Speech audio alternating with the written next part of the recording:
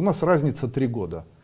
У нас были одинаковые условия развития, что у меня, что у него, абсолютно. То есть мы друг к другу постоянно приходили в гости, мы фактически учились в школе вместе, я его защищал там перед взрослыми сверстниками и очень хорошо к нему относился, любил его искренне. Но вы знаете, если мне удавалось встать и ответить сразу на вопрос там, на 4, на 5, он вставал и не мог этого сделать. Когда я изучал там что-то, мне легко это давалось, ему это давалось сложно.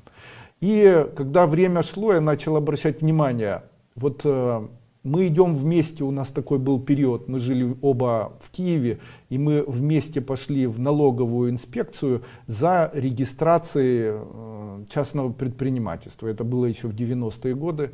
И ему отказали почему-то, потому что каких-то документов не было, но у меня точно так же не было документов. У меня эти документы приняли.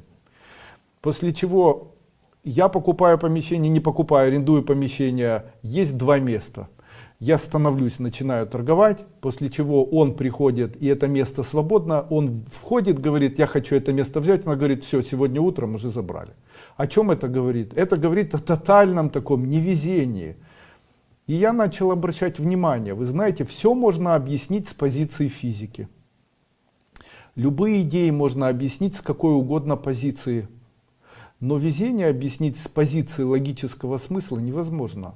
То есть, почему существуют люди, которым тотально, невероятно везет, и говорят, потому что он наглый. Нет, я не наглый. Потому что вот я могу точно сказать, что когда я обучался где-либо, то мне всегда попадалось 3 билета. Это было либо 16, либо 7, либо 9. То есть у меня попадались только 3 билета. Поэтому я всегда и учил либо 16, либо 3, либо 9. Это было всегда. При этом жил я на улице Пионерской 9, сейчас живу на Красноармейской 9.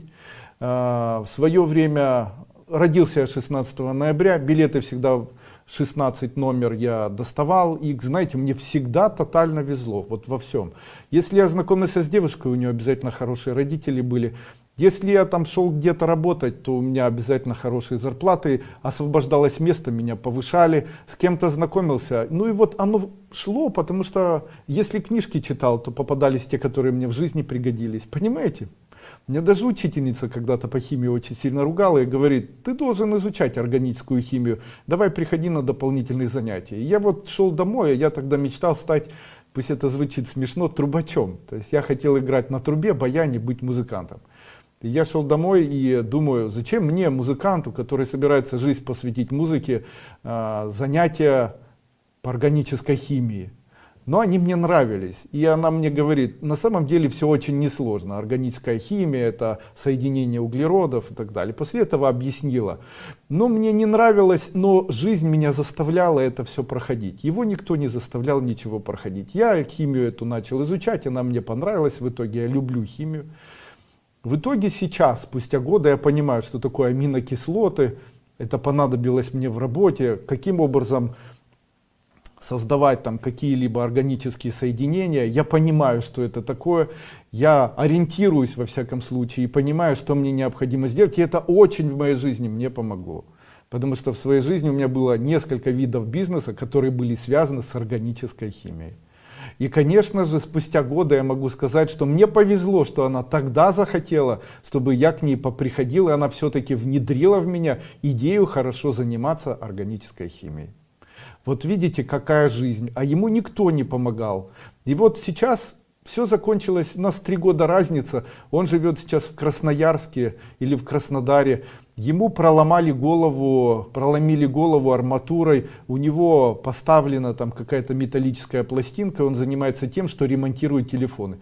У меня 5 детей, любимая жена, свой дом, я живу, наслаждаюсь жизнью, делаю это ежедневно, просыпаясь утром, целую жену. Он живет сам, и у него ничего не получается, но между нами никакой разницы не было, я его всегда таскал за собой, и он такой же потенциал, как и я имел. Почему так произошло?